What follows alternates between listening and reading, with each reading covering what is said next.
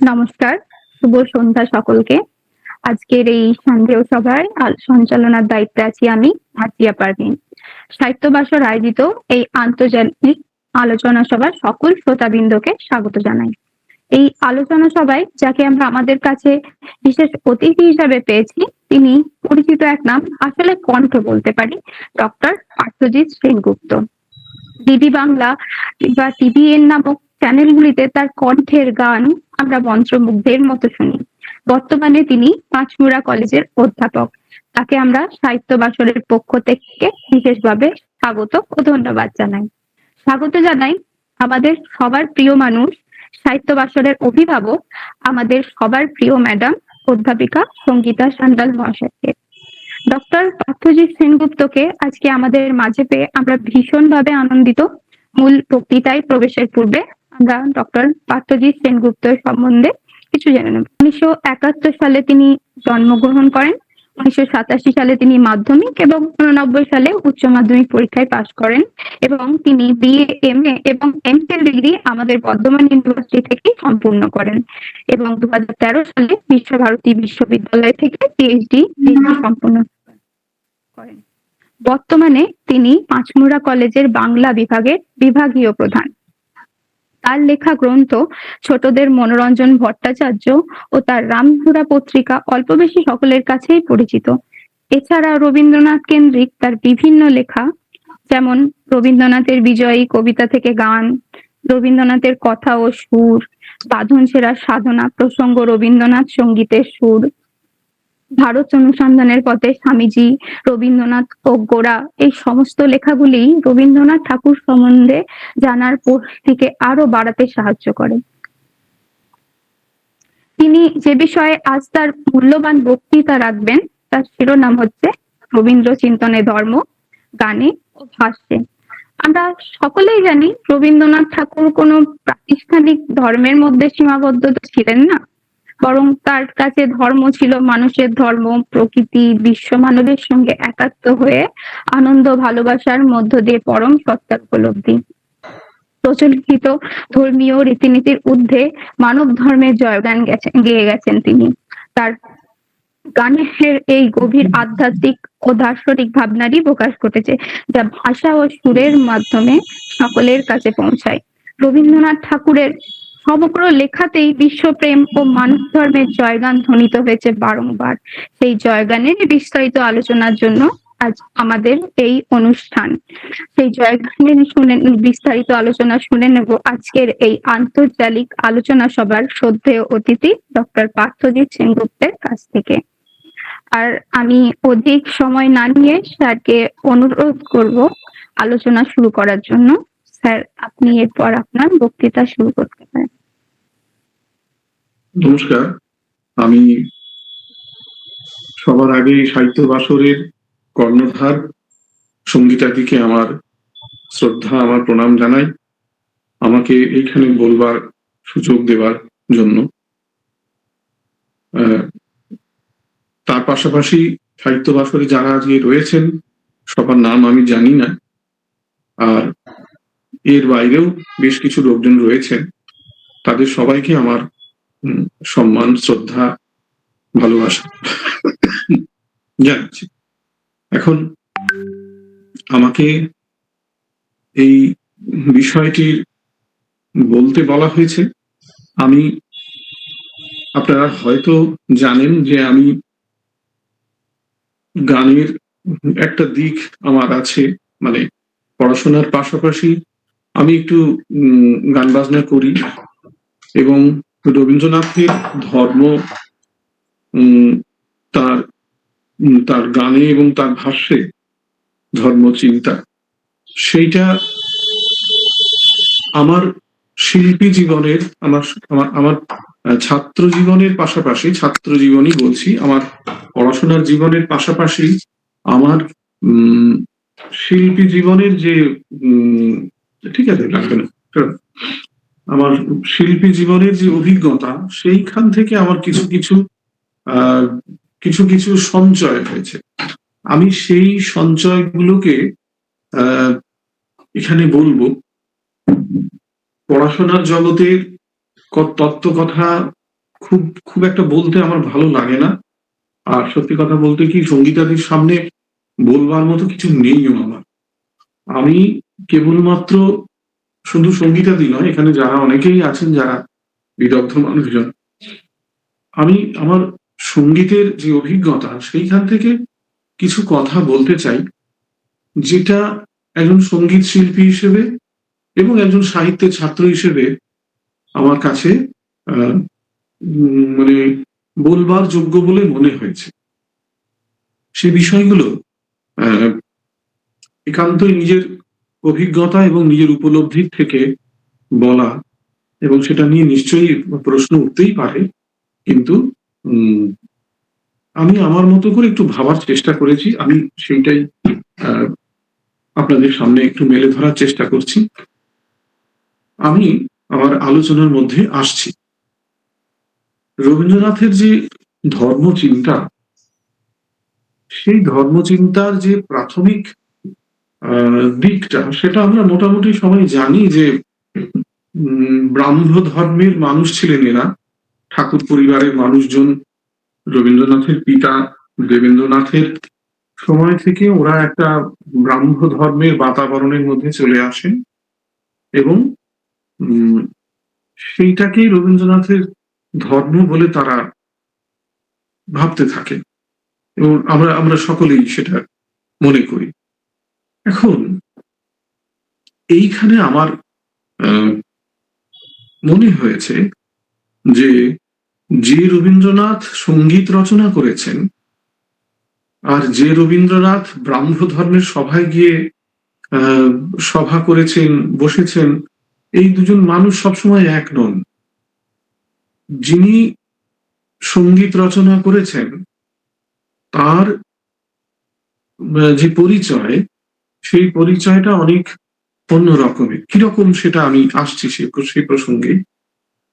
একটা একটা খুব ছোট্ট কথা আপনারা জানেন সবাই, যে রবীন্দ্রনাথ ছোটবেলায় স্কুলে খুব একটা যেতে পারেনি। স্কুলে তাকে ভর্তি করা হয়েছিল এবং স্কুলের পরিমণ্ডল তার খুব একটা ভালো লাগেনি, এবং তিনি সেইখান থেকে বাইরে বেরিয়ে এসে নিজের মতো করে পড়াশোনা করেছিলেন। এবং একটা ওই তিনি যখন জীবন স্মৃতি লিখছেন বা ছেলেবেলা লিখছেন, তখন তিনি বলছেন যে স্কুলে গেলে মনে হতো যে আমার আমার ওই স্কুলের বেঞ্চ গুলো যেন আমাকে ধাক্কা মারছে। ছোটবেলায় ওই স্কুলের বেঞ্চে ওই ঢোকার সময় অনেকেরই আমরা বেঞ্চে ধাক্কা খেতাম। তো রবীন্দ্রনাথ খুব সুন্দর করে বলছেন যে বেঞ্চ গুলো যেন আমাকে ঠোনা মারছে, মানে আমরা এই যে কুনুই দিয়ে ধাক্কা দেওয়া, এটাকে বলা হয় ঠোনা মারা। মানুষ যাকে পছন্দ করে না তাকে ওইরকম ভাবে আঘাত করে। তো মনে হতো যে স্কুলের পরিবেশ যেন তার ভালো লাগছে না, মানে স্কুল যেন তাকে অ্যাকসেপ্ট করছে না। এবং পরবর্তীকালে তার পড়াশোনাকে আমরা দেখেছি, তিনি একেবারে নিজের মতো করে পড়াশোনা করেছেন, স্বাধীনভাবে পড়াশোনা করেছেন। তো এই পড়াশোনাটাই পরবর্তীকালে গানের ক্ষেত্রে আমি দেখেছি যে উনি যখন গান শিখেছেন, সেই গানের আহ, যে বাতাবরণ, সেখানেও কিন্তু প্রায় একই রকমের একটা কাণ্ড কারখানা তিনি করেছেন। কিরকম? আমরা দেখছি যে ছোটবেলায় গান শিখছেন বিভিন্ন পণ্ডিতের কাছে, বিভিন্ন বড় বড় পণ্ডিতের কাছে গান শিখছেন, কিন্তু যখন গানগুলো লিখছেন, তখন ইন্ডিয়ান যে ক্লাসিক্যাল মিউজিক, সেই ক্লাসিক্যাল মিউজিকের যে ধরাবাঁধা কাঠামো, তার যে ইনস্টিটিউশনাল যে শিক্ষা, সেখান থেকে বেরিয়ে যাচ্ছে। তার গানের দিকে আপনারা তাকালেই বুঝতে পারবেন যে রবীন্দ্রনাথ যখন গান লিখছেন তখন প্রচুর সেখানে আহ মিশ্র শব্দটা ব্যবহার হচ্ছে। মানে বেহাগ উনি লিখছেন মিশ্র বেহাগ, বাগেশ্রী উনি লিখছেন মিশ্র বাগেশ্রী। মানে কেন এত মিশ্র শব্দ? আমরা কি ইন্ডিয়ান ক্লাসিক্যাল মিউজিক যখন শুনি, তখন এত আম, আম, মিশ্র শব্দটা শুনি না, কিন্তু কিন্তু রবীন্দ্রসঙ্গীতে এরকম আছে, বহু আছে। কেন আছে? তার অন্যতম কারণ আমার যেটা মনে হয়েছে, যে ওই যে ধরাবাঁধা কাঠামো, ইন্ডিয়ান ক্লাসিক্যাল মিউজিকের যে ধরাবাঁধা কাঠামো, সেইখান থেকে তিনি বারবার ভেঙে বেরিয়ে যাচ্ছেন। তার ওই একটা জায়গার মধ্যে, একটা রাগের মধ্যে যে স্বরগুলো লাগে না, সেই স্বরও তিনি সেখানে লাগাচ্ছেন। আমি একটা ছোট্ট উদাহরণ দিলে আপনারা বুঝতে পারবেন। ধরুন অনেকগুলো জায়গা, এইটা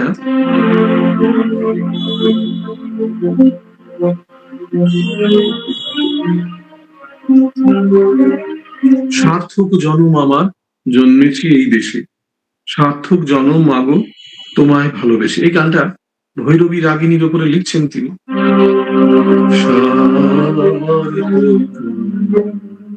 জনম আমার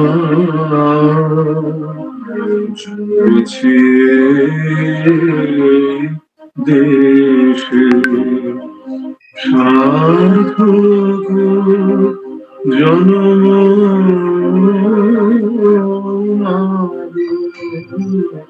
সার্থক জনম মাগো তোমায় ভালো দেশে সার্থক। এই গানে যখন তিনি সঞ্চারিতে আসছেন, কুঞ্জনেতে জানি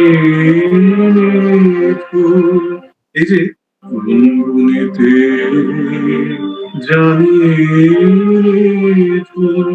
সা সা রে রে গা মা দা পা, এইটা ভৈরবীতে চলে না, মানে সা থেকে রে সা রে, এটা কিন্তু নেই ভৈরবীতে। ভৈরবীতে সা রে গা, মানে কোমল রে কোমল গা লাগছে। এবং রবীন্দ্রনাথ এটা বহুবার বহু জায়গায় করেছেন। ধরুন বাগেশ্রী রাগিনীতে যখন উনি করছেন, সঘন গহন রাত্রি ঝরিছে শ্রাবণ ধারা, সঘন, প্রথমত থিমটাই ভেঙে দিয়েছেন।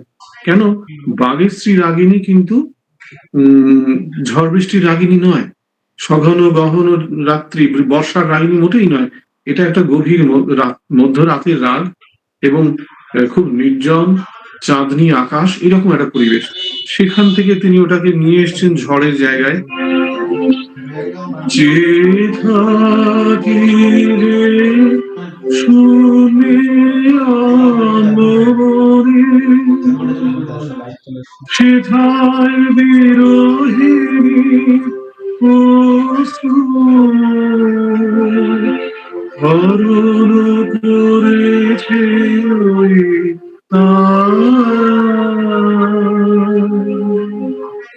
সধর গহন রাত্রি ঝরিছে শ্রাবণ। এই যে তিনি লাগালেন, যে থাকি রে শুনে আনবরে, সেথায় বিরোহিণী হরণ করেছে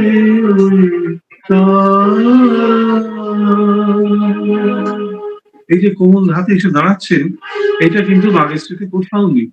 বাগেশ্রীতে এই কোমল ধা একেবারে নিষিদ্ধ, কিন্তু রবীন্দ্রনাথ সেটা লাগাচ্ছেন এবং অসামান্য ভাবে সেই জায়গাটা তৈরি হয়ে যাচ্ছে। একটা ভীষণ ঝড় বৃষ্টির ঝড়ের গান বলে আমরা সঘন গহন রাত্রিকে দেখেছি। অসাধারণ প্রতিভা তার ছিল, সুর ব্যবহারের যে ভয়ঙ্কর প্রতিভা ছিল, সেখান থেকে এটা সম্ভব হয়েছে।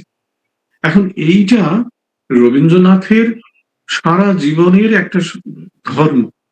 ফলে তখন তিনি যখন ঈশ্বর ভাবনার দিকে আসছেন, যেটা আমার আজকের আলোচনার বিষয়, সেইখানেও আমি দেখতে পাচ্ছি যে রবীন্দ্রনাথ কিন্তু ইনস্টিটিউশনাল যে ভাবনা, সেখান থেকে কোথাও একটু বেরিয়ে আসছেন, এবং ঈশ্বর ভাবনার ক্ষেত্রে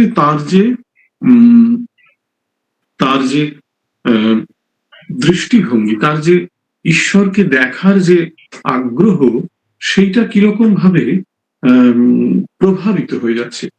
সচেতন ভাবে রবীন্দ্রনাথ করেছেন কি না সেটা আমি জানি না, আমার বিদ্যা বুদ্ধি অত নেই যে আমি রবীন্দ্রনাথের এইটা আমি ধরতে পারবো। কিন্তু রবীন্দ্রনাথ যেটা করছেন সেটা খুব ইন্টারেস্টিং, এবং সেটা কিন্তু অনেক সময় আমাদের নজর এড়িয়ে যাচ্ছে। গানের মধ্যে যে রবীন্দ্রনাথের ঈশ্বর ভাবনা, সেইখানে রবীন্দ্রনাথ কতখানি প্রাতিষ্ঠানিক কিংবা কতখানি প্রতিষ্ঠানের থেকে বেরিয়ে আসছেন, এইখানটা আপনারা একটু লক্ষ্য করবেন। আমি দু একটা গানের কথা বলি, খুব দীর্ঘ আলোচনা করে লাভ নেই। আমি কয়েকটি গানকে একটু সিলেকশন করে নিয়ে এসেছি।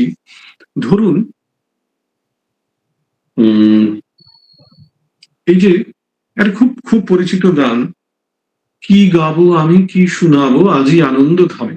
একদম খুব ছোট্টবেলা থেকে আমরা এই গান শুনছি, এবং এই গানের মধ্যেও গানটার সঙ্গে আমরা খুবই পরিচিত। কিন্তু গানটা যখন আমরা একটু নিবিষ্ট ভাবে পাঠ করি, তখন দেখব যে এর মধ্যে একটা অন্য ব্যাপার চলে আসছে। কি ব্যাপার, আমি একটু গানটার ভেতরে আসি, তাহলে আপনাদের বুঝতে সুবিধা হবে। একটু তাড়াতাড়ি করে গাইছি আমি। আমি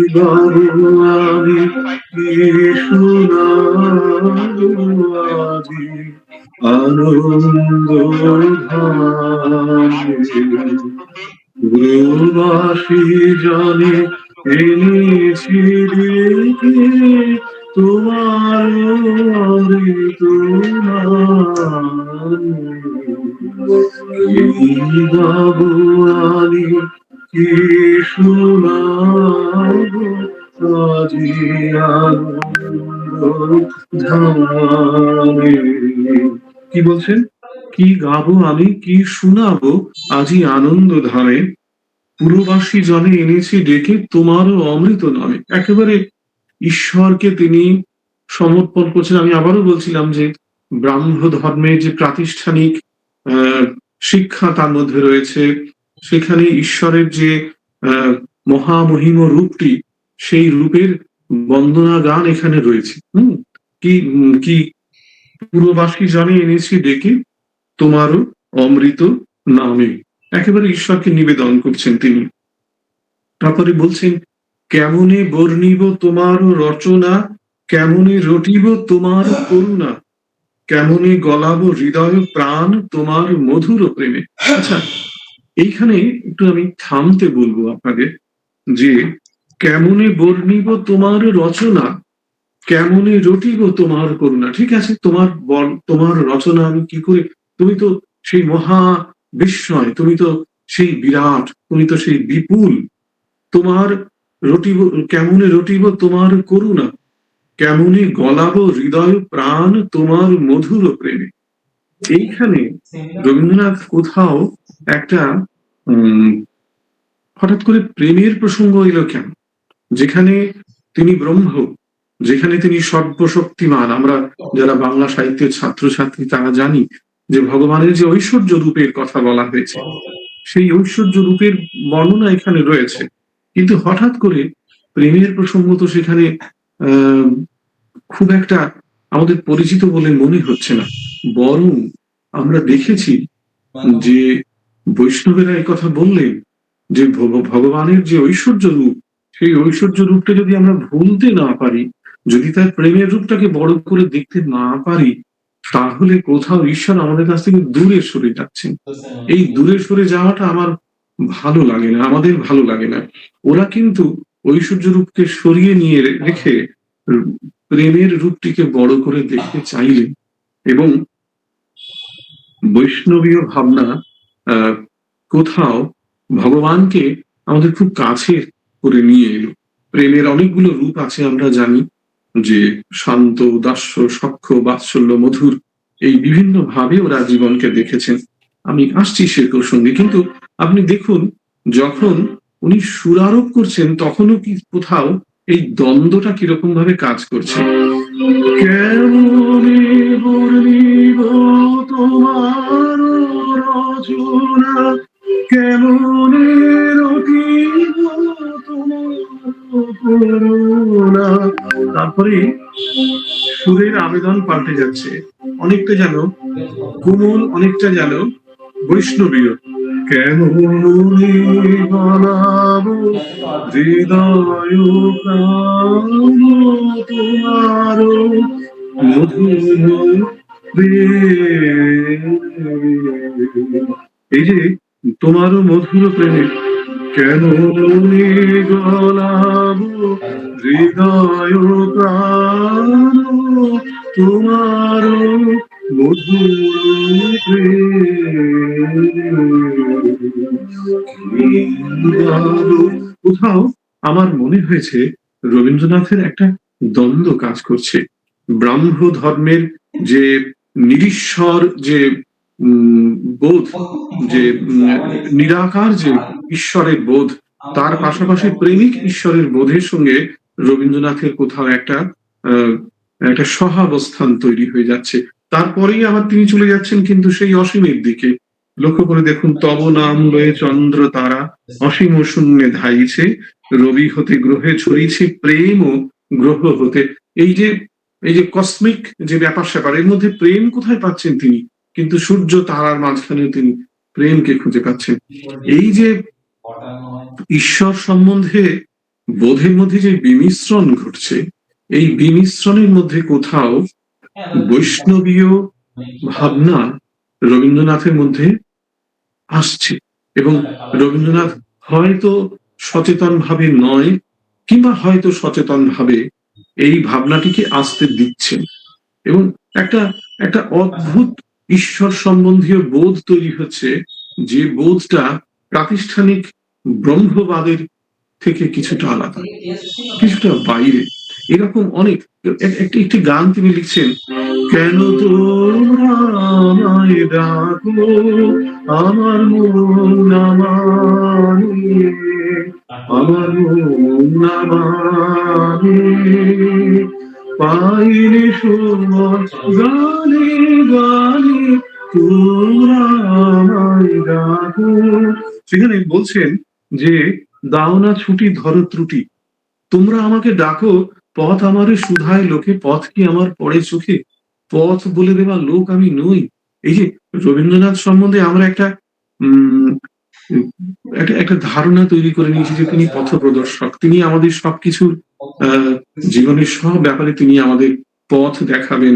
আহ ব্রাহ্ম ধর্মের মানুষের আহ একজন একজন হিসেবে তিনি সেই ব্রাহ্ম সোসাইটিকেও কোথাও পথ দেখাবার দায়িত্ব। কিন্তু রবীন্দ্রনাথ কোথাও ভেতরে ভেতরে যেন এই বন্ধনে বিরক্ত হয়েছে, কোথাও যেন তার মনে হয়েছে যে এইটা একটা বন্ধন, এটা একটা ফাঁস। আপনারা জানেন যে শান্তিনিকেতন প্রবন্ধ গ্রন্থ যখন তিনি লিখছেন, মানে শান্তিনিকেতনের প্রবন্ধগুলি যখন তিনি এখন লিখছেন বলবো না, ওগুলি তিনি পাঠ করতেন শান্তিনিকেতনের যে উপাসনা সভা, সেখানে প্রতি বুধবারে সেখানে তাকে পাঠ করতে হতো। তো সেই পাঠগুলি অসাধারণ সুন্দর, এবং সেখানে প্রত্যেকটা মানুষের জীবনের পথ বলে দেওয়া আছে, কিভাবে আমরা জীবনকে দেখব, চলবো। কিন্তু একটি চিঠিতে তিনি লিখছেন যে প্রতি বুধবার উপাসনা সভায় গিয়ে বসে আমার এই গুরুদেবের মতো নিজেকে প্রেজেন্ট করা আমার কাছে খুব ক্লান্তিকর লাগে, কোথাও মনে হয় যে আর ভালো লাগছে না। এটা আমার কাছে খুব একটা ফাঁস, মানে একজন শিল্পী, একজন কবি, একজন মুক্ত একজন মানুষকে যদি একটা ইমেজের বেড়া জালে ঘিরে ফেলা হয়, তাহলে তার পক্ষে সেটা কষ্টকর হয়। রবীন্দ্রনাথ কোথাও তার ঈশ্বর ভাবনার ক্ষেত্রেও এই মুক্তিটা চেয়েছেন। আমার বারবার মনে হয়েছে গানের মধ্যে দিয়ে এই দেখি, এই বলছেন, জানি নাই গো সাধন তোমার বলে কারে, আমি ধুলায় বসে খেলেছি এই তোমার দ্বারে। আমি এসব সাধন টাধনের লোক নই, আমার এসব পথ নয়। এইটা এই যে ভেতর থেকে একটা আরতি বেরিয়ে আসছে কোথাও। একটা গান লিখছেন দেখুন, এই যে গানটা, এই গানটা আমার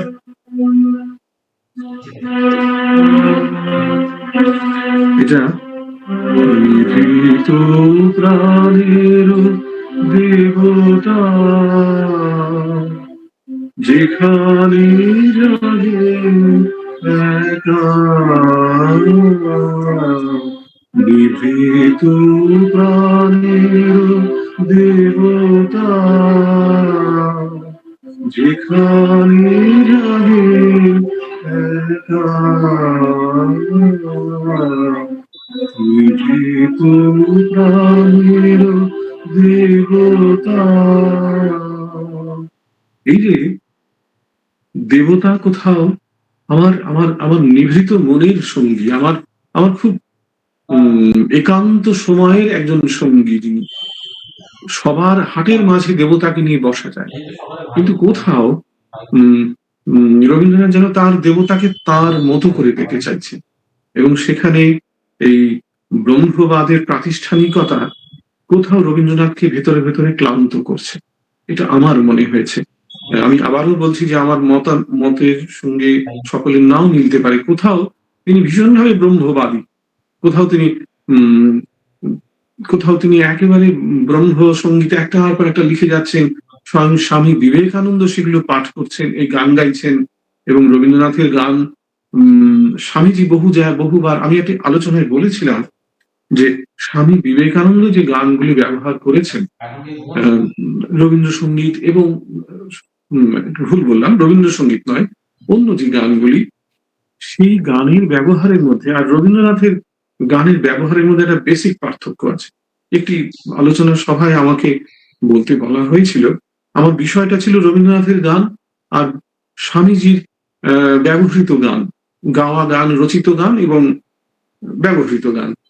তো তার মধ্যে এই বেসিক ডিফারেন্সটা ছিল, স্বামী বিবেকানন্দ যখন গান লিখছেন তখন বা গান গাইছেন, তখন যে ভারতীয় সঙ্গীত শাস্ত্রের যে মূল কাঠামো, সেখান থেকে এক বিন্দু বেরোচ্ছেন না তিনি।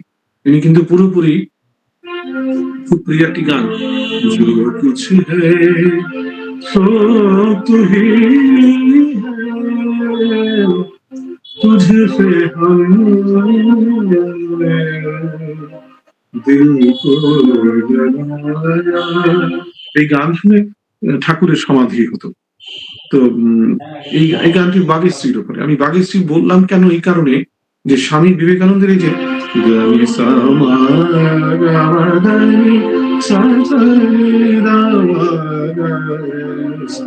এই বাগেশ্রীর যে কাঠামো, এখান থেকে তিনি এক চুল বাইরে যাননি।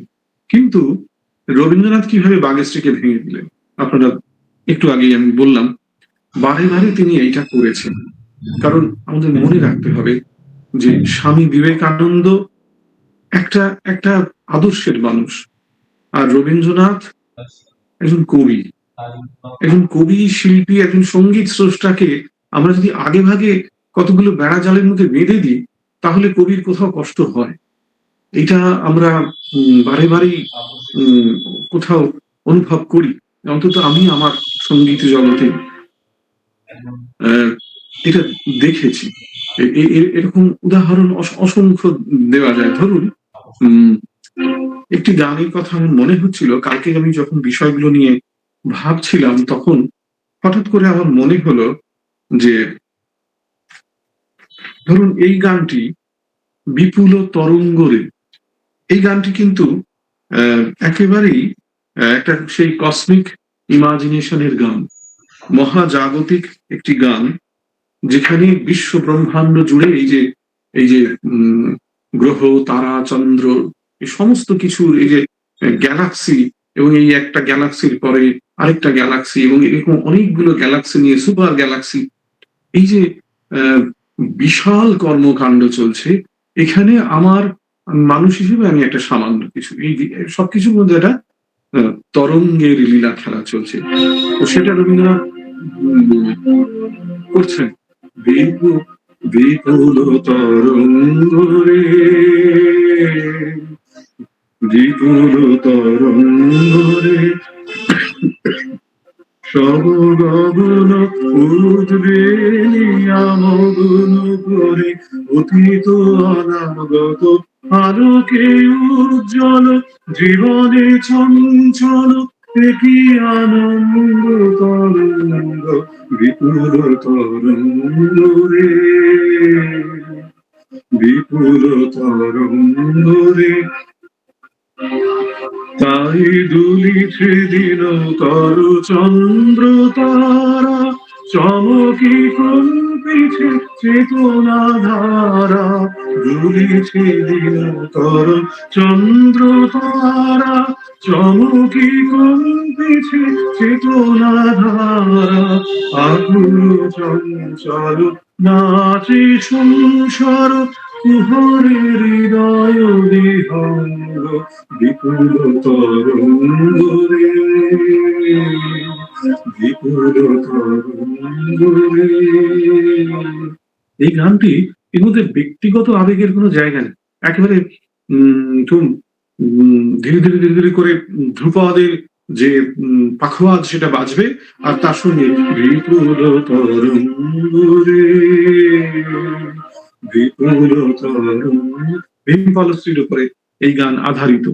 এটা একেবারে সেই আপনি আহ, কিছু বলছেন কি?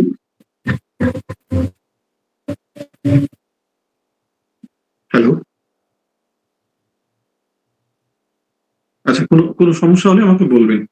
তো এখানে তিনি একেবারে সেই কসমিক মহাজাগতিক যে ব্যাপার স্যাপার তার মধ্যে নিজেকে আহ, সেই তার বন্দনা করছেন। কিন্তু আশ্চর্য বিষয়, রবীন্দ্রনাথ এই গানটি কোথা থেকে তৈরি করছেন জানেন? এই গানের উৎস হচ্ছে যদুনাথ ভট্টাচার্যের একটি বিখ্যাত গান। সেই গানটির নাম হচ্ছে, গানটি একটি ইন্ডিয়ান ক্লাসিক্যাল গান। সেখানে গান, নাচত ত্রিভঙ্গয়ে, নাচত ত্রিভঙ্গয়ে, নাচত ত্রিভঙ্গয়ে, একেবারে তিনি সুরটা বসিয়ে দিয়েছেন। যদুনাথ ভট্টাচার্যের কাছে শেখা এই গান তার, এবং সেই গানের উৎস হচ্ছে, গানটির কথা হচ্ছে নাচত ত্রিভঙ্গয়ে। এখানে এই ত্রিভঙ্গ মানে কৃষ্ণ, এবং সেই কৃষ্ণ তিনি নৃত্য করছেন। সেই গানের সুর তাকে ইন্সপায়ার করছে এই মহাজাগতিক গানের সুর হিসেবে ব্যবহার করার জন্য।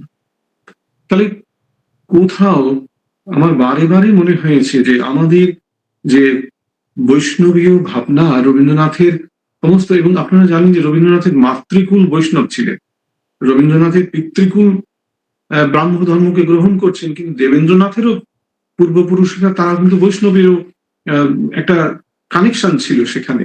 দেবেন্দ্রনাথের যে আত্মজীবনী সেখান থেকে আমরা দেখতে পাই। ফলে আমি শুধু বৈষ্ণবের কথা বলছি না, আমি বলছি যে আমাদের প্রচলিত যে হিন্দু ধর্ম, হিন্দু ধর্মে যে দেবতাকে নিজের মানুষ করে নেওয়া, আমার প্রেমিক, আমার বন্ধু, আমার সন্তান, এইভাবে যে দেবতাকে দেখা, তার একটা অভ্যাস কোথাও রবীন্দ্রনাথের ভেতর থেকে গানের ক্ষেত্রে প্রেরণা দিচ্ছিল। এবং ভগবানকে দেখার ক্ষেত্রে তিনি যেভাবে দেখছেন, ঈশ্বরকে তিনি যেভাবে দেখছেন, সেই দেখার ক্ষেত্রে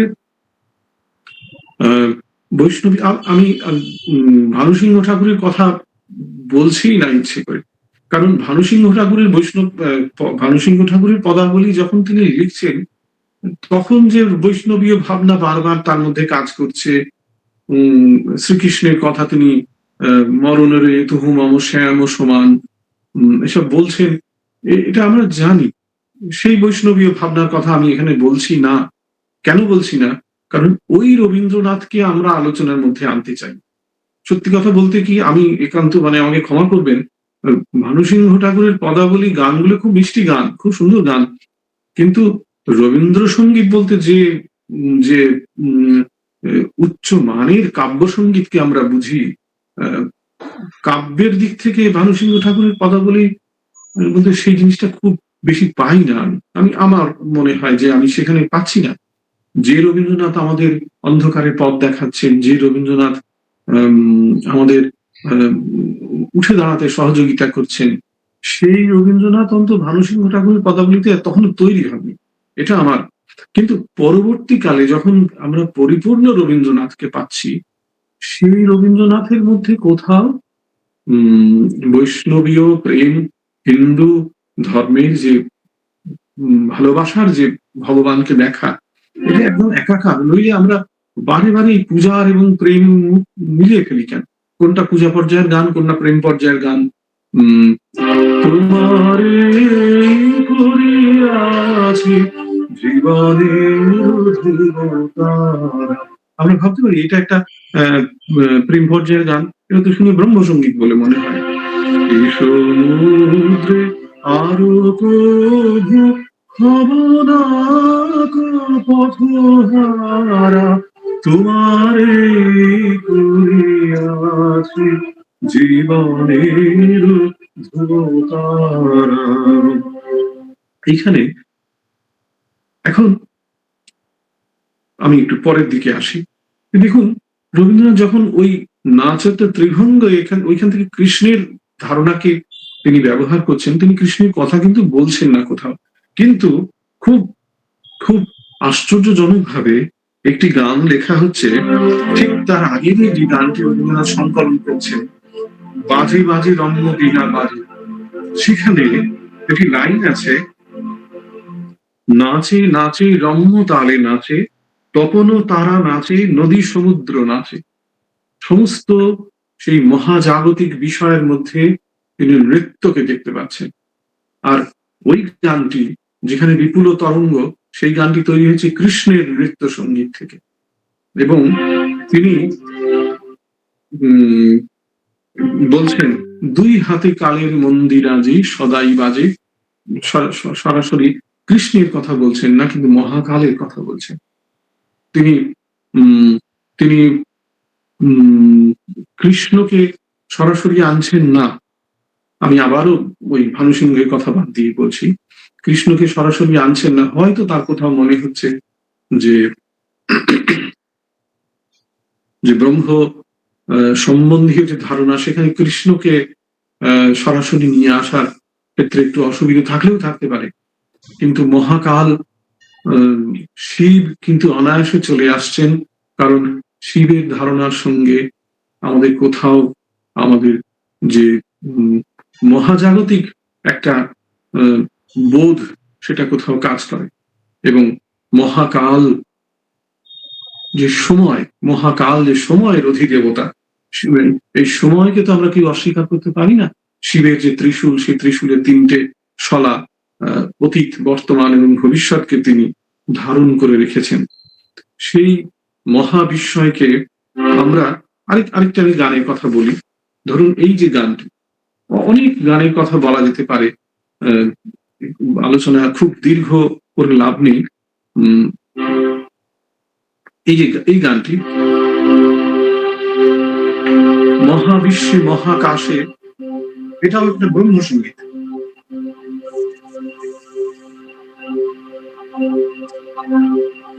একেবারে সেখানে তিনি সেই আবার সেই মহাজাগতিক বিষয়ের কথা বলছেন, মহাবিশ্বে মহাকাশে মহাকাল মাঝে, সুরের মধ্যে যে দার্ঢ্যকে তিনি নিয়ে আসছেন,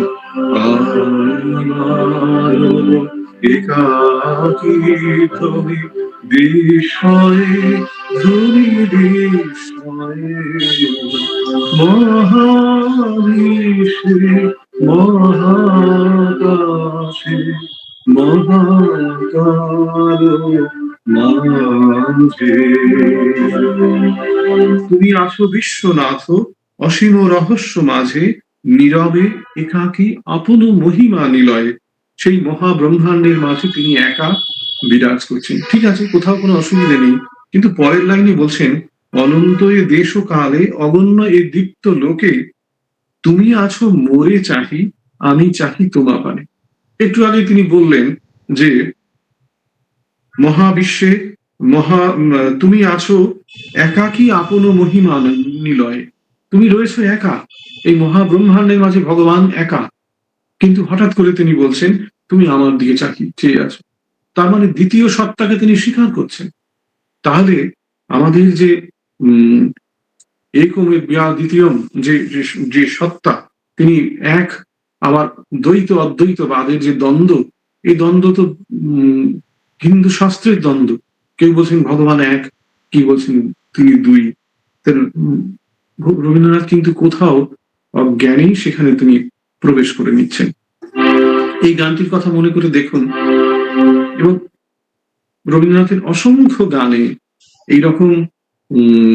এইরকম রসের খেলা রয়েছে। যেমন প্রেম মানে তো শুধুমাত্র মধুর রস নয়, প্রেম মানে তার মধ্যে শান্ত আছে, দাস্য আছে, সখ্য আছে, বাৎসল্য আছে। দেখুন কিভাবে সবগুলো কিরকম মিলে মিশে যাচ্ছে, প্রভু আমার, প্রিয় আমার, পরম ধন হে। চিরপথের সঙ্গী আমার, চিরজীবন হে। পুরো শান্ত রসের আহ, ঈশ্বর কি সেই অনন্ত ব্রহ্ম, কিন্তু তারপরে তিনি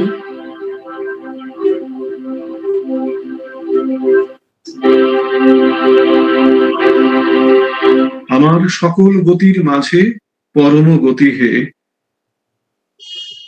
আমার সকল নিত্য প্রেমের ধামে আমার পরম প্রতি হে। তিনি তাকে প্রভু বলে সম্বোধন করছেন। এখানেও সেই দাস্য এবং শান্তের একটা মিলন।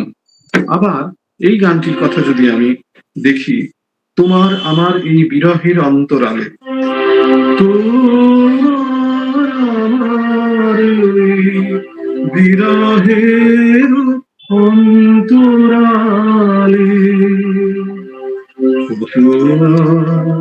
সেতু বাঁধি সুরে সুরে তালে তালে, তোমার আমার ওই বিরহের অন্তরালে,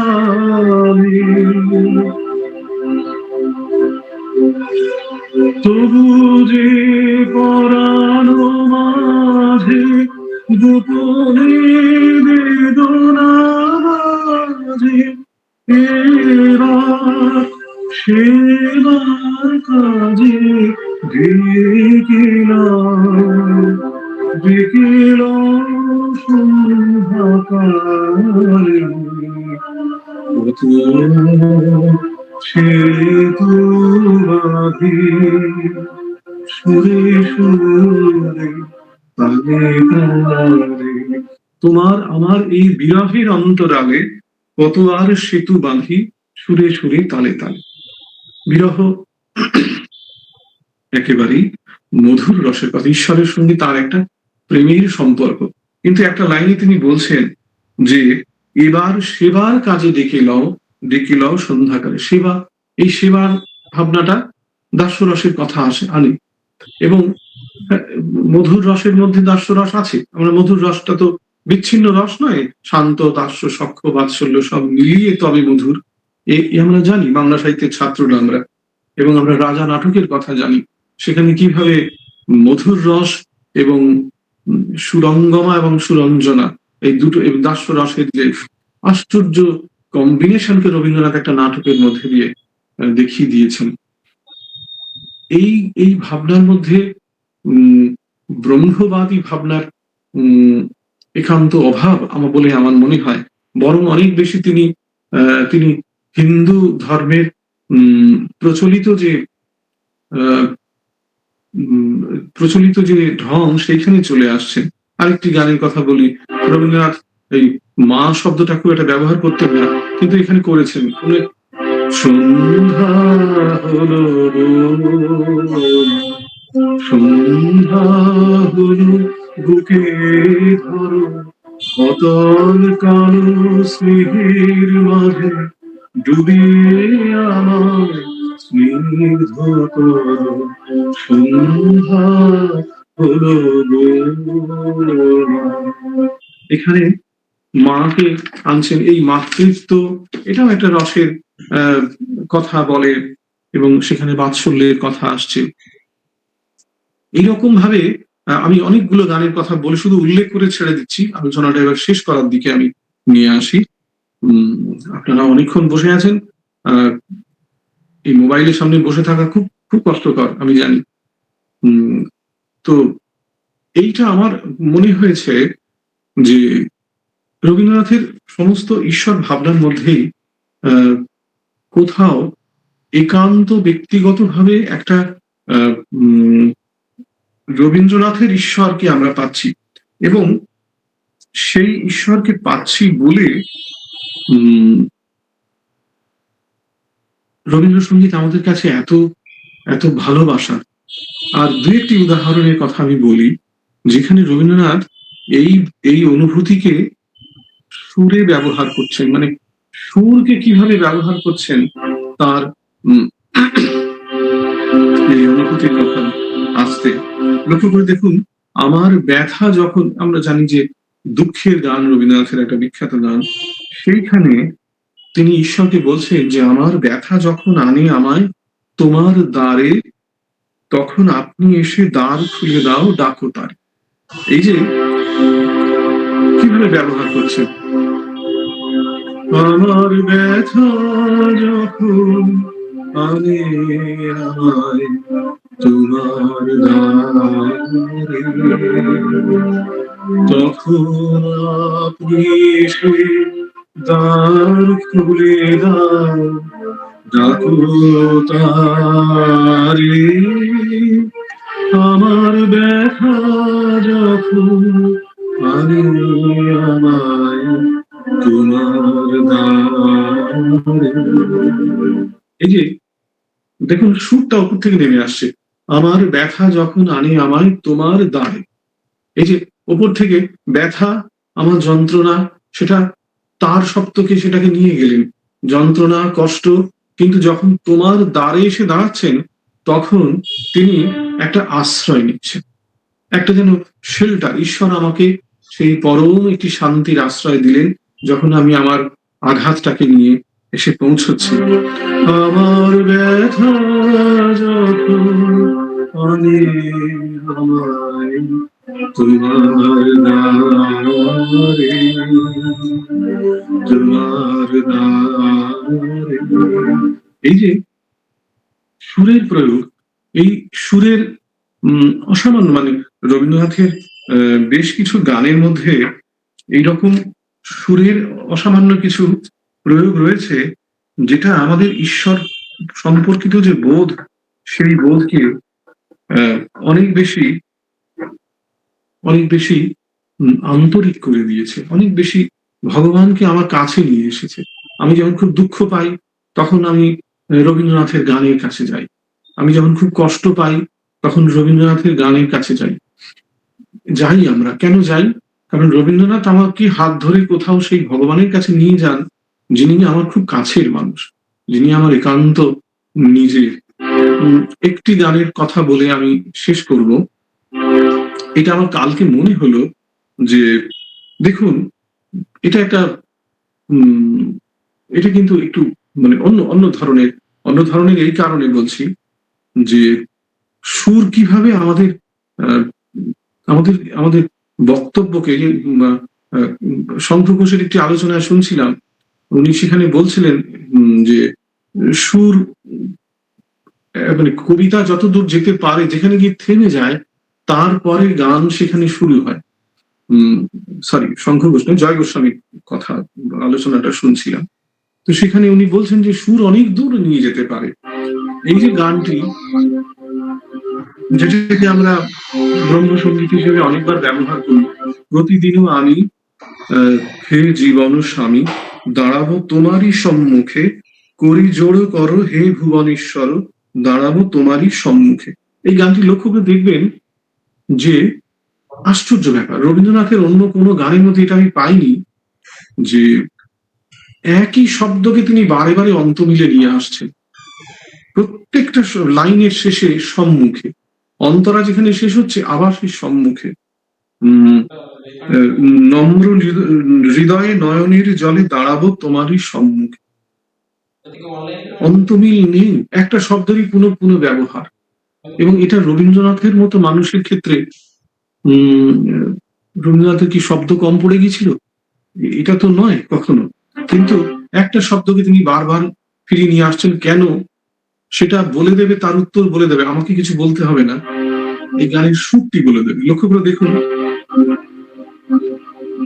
প্রতিদিন আমি জীবন স্বামী দাঁড়াবো তোমারি সম্মুখে,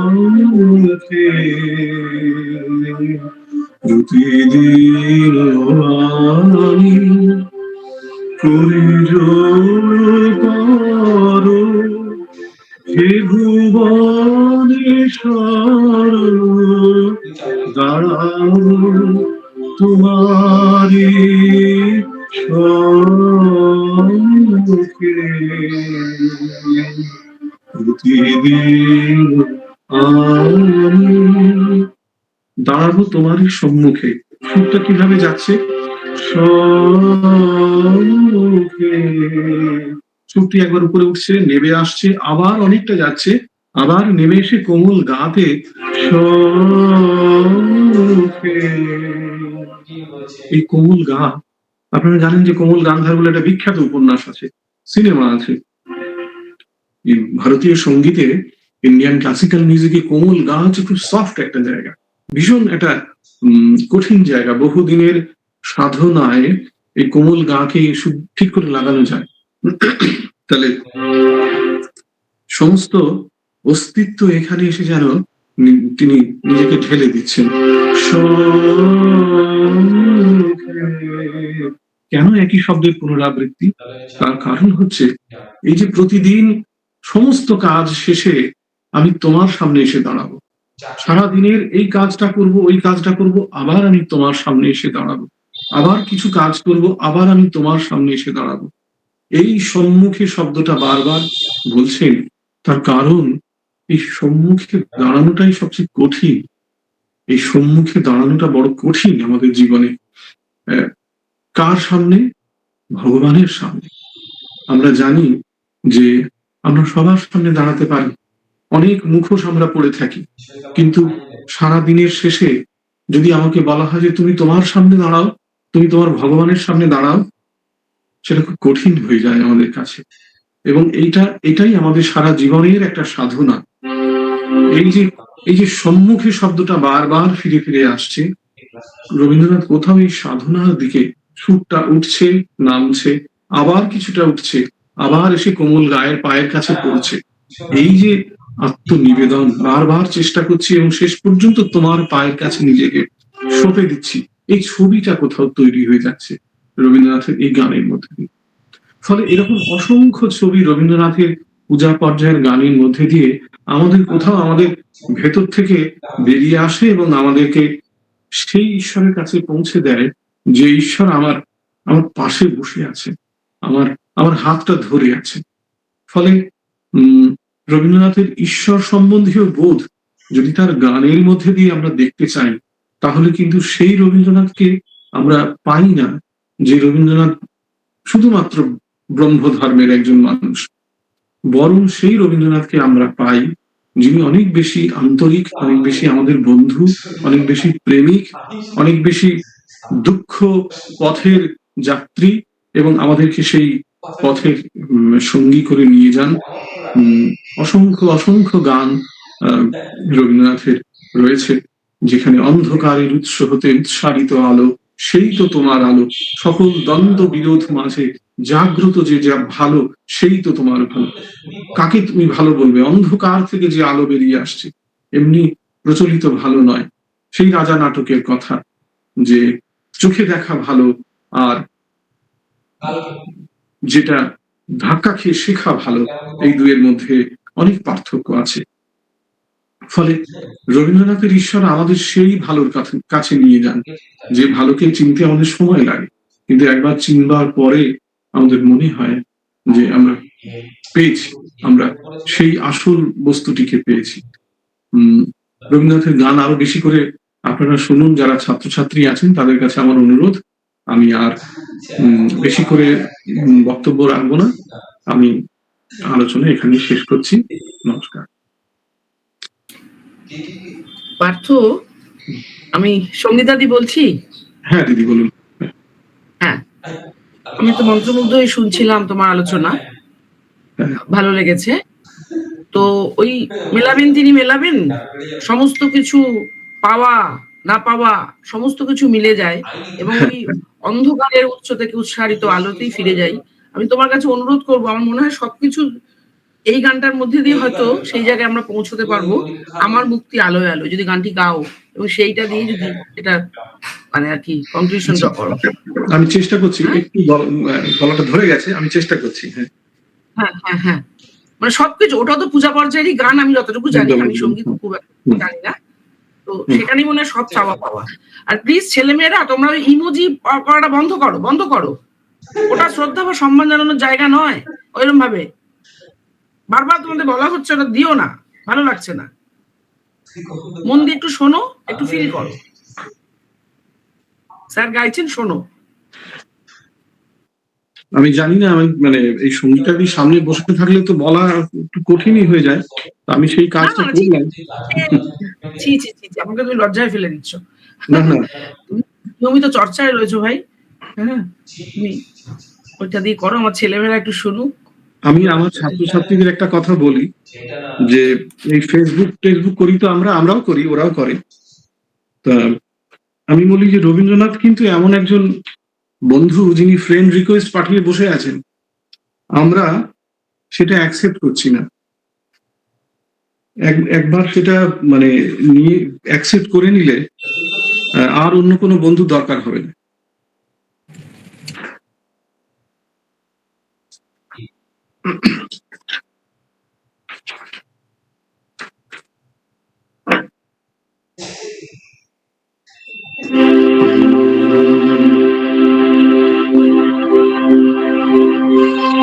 এই আকাশে আমার মুক্তি, আলোয় আলোয় এই আকাশে আমার মুক্তি, আলোয় আলোয় আমার মুক্তি।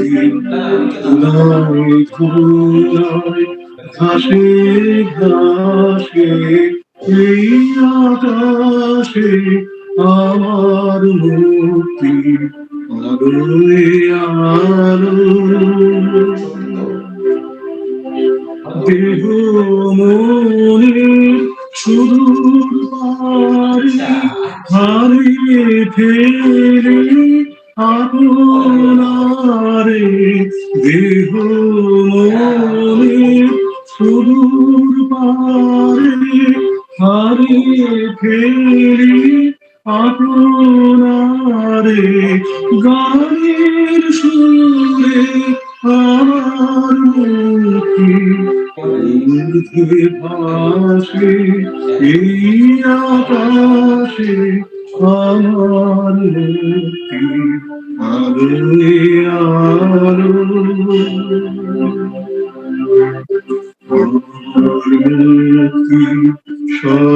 সর্বজনে মনের মাঝে দুঃখ বিপদ তুচ্ছ কঠিন কাজে বিশ্বধাতা যোগশালা আত্মহনে বন্দি জালা, জীবন যেন দিয়াহুতি, মুক্তি আসে এই আকাশে আমার মুক্তি, আলোয় আলোয় এই আকাশে আমার মুক্তি, আলোয়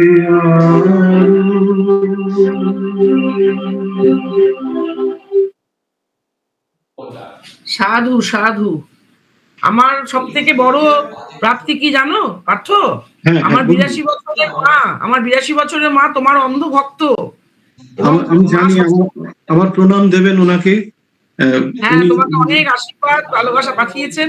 তুমি এখনো শুনছেন ছেলেটা, এবং বারবার অনুরোধ করে যে ছেলেটি এদিকে আসলে একবার আসতে বলিস তো আমার কাছে। আমি যাবো, অবশ্যই যাবো, আমি অবশ্যই যাবো ওনার কাছে। যদি কোনোদিনও বর্ধমানে আসো, আমি এখন বর্ধমানে থাকি, আমার বাড়িতে আমার মায়ের কাছে একবার এসো। হ্যাঁ, একদম একদম, অবশ্যই যাবো। ভালো থেকো ভাই, ভালো থেকো। সাধু সাধু। মৌসুমী, মৌসুমী, হ্যাঁ হ্যাঁ তুমি এবার শুরু করো, বলে দাও। আমি তো মন্ত্রমুগ্ধের মতো আপনার মতনই শুনছিলাম। স্যারের সাথে আমার ফোনেই 2-3 বার কথা হয়েছে। আজকেও আবার জানলাম আমাদের চন্দনদা আছেন সাঁইথিয়া কলেজে, উনি ওনার সম্বন্ধে গান নিয়ে অনেক কিছু কথা বললেন। আমিও মানে পুরোটা আগে আমরা রবীন্দ্রনাথের গান আমরা জানতাম শুধু তার মানব ধর্ম, জীবন দেবতা, ব্রহ্মা উপাসনা, লোকধর্মের প্রভাবে বৈষ্ণব পদাবলীর কিছু কিছু পদ তাদের আসছে। তারপরে গানের যে ধর্মের যে প্রকাশ, প্রেম প্রকৃতি, পূজা, সাম্য, মানবতা, মানে আগে এগুলো নিয়ে আমরা একটুখানি, কিন্তু এই গানে কোথায় ভৈরব রাগ, কোথায় বৈষ্ণবীয় ভাবনা, কোনটাতে ভীম পলশ্রী দিলে ভালো লাগবে, কোনটাতে মানে এত রাগকে নিয়ে উনি ভেঙে ভেঙে এমন ভাবে উনি বোঝালেন, মানে সেখানে মন্ত্রমুগ্ধের মতো প্রত্যেকটা গান এখন আমাদের গান তৈরি হলো যে মানে গানটাকে আমরা শুধু শুনবো না, সেটাকে আমরা ভেঙে ভেঙে বোঝার চেষ্টা করব। এই আমাদের এই সাহিত্য বাসরে আমাদেরকে উপহারের মতো আমরা একটা পেলাম। পার্থবাবুকে মানে আমার আন্তরিক শ্রদ্ধা নিবেদন থাকলো। আর তাছাড়া সাহিত্য বাসরের যিনি আমাদের মাতৃসম পুরোটাকে ধরে সবাইকে এক জায়গায় করেছেন, সঙ্গীতাদিকে, আমার ম্যাডাম, ওনাকে মানে ধন্যবাদ যে আপনার মতো মানুষের সাথে আমাদের সকলের পরিচয় করিয়ে দিয়েছেন বলে। আর যারা আমাদের যে অধ্যাপকরা এসছেন, চন্দন কুমার কুণ্ডু, রেবা দাস, আরাত্রিকা ভট্টাচার্য, আমার তিস্তা দত্ত রায়, এনারা যে এই আমাদের সঙ্গে একসাথে বসে সবাইকে মানে শুনতে পারছি, তার জন্য তাদেরকেও খুব ধন্যবাদ। আর ছাত্রছাত্রীদেরকে বলছি, এই যে আমাদের ছোট ছোট আলোচনা, এতজন মাস্টারমশাই ছিলেন নাকি? এই মানে আমি ভাগ্যিস আমি খেয়াল করিনি, তাহলে আমি কিন্তু বলতে পারতাম না। চন্দন ওদিকে বসে আছেন, আমি জানলে বলবা কলেজে সঞ্জয় ছিল, সঞ্জয় ঘোষ। খুব ভালো লাগলো, খুব ভালো লাগলো, অসাধারণ, খুব ভালো লেগেছে। আমার সবাইকে, ছাত্রছাত্রীদেরকে বলছি, তারা ধৈর্য ধরে আমাদের সঙ্গে একটু সাথ দিয়েছে বলে তাদেরকেও মানে ধন্যবাদ জানাতে পারছি না, তাদেরকে আন্তরিক ভালোবাসা জানালাম। এরকম ভাবে আমাদের সঙ্গ দিও। আর স্যারকেও বলছি, আবার যদি আমাদের কোনো রকম কোনো কিছু হয়, আপনাকে যেন আবার আমাদের মাঝে পাই। নিশ্চয়ই। আজকে নমস্কার, নমস্কার, আমি একটু কথা বলি একটু। দেবকুমার চট্টোপাধ্যায়। হ্যাঁ, প্রথম হচ্ছে যে হ্যাঁ বলছি, রবীন্দ্রনাথের কথাতেই বলি যে অরসিকেষু রসস্ব নিবেদনম শিরসি মহালিক।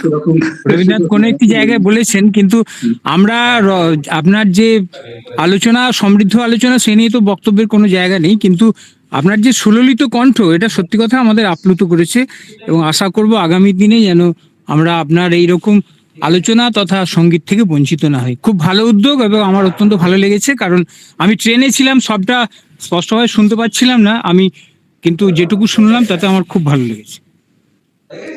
আমরা সব সেক্টরেই আমরা বক্তব্য শুনি, কিন্তু সত্যি স্যারের এত সুন্দর গলা, দিদি বলেছিলেন আমাদের সঙ্গীতাদি, কিন্তু আমরা মন্ত্রমুগ্ধের মতো সবাই বসে বসে শুনলাম। তার জন্য আবার আপনাকে ধন্যবাদ জানিয়ে আজকের অনুষ্ঠান শেষ করছি।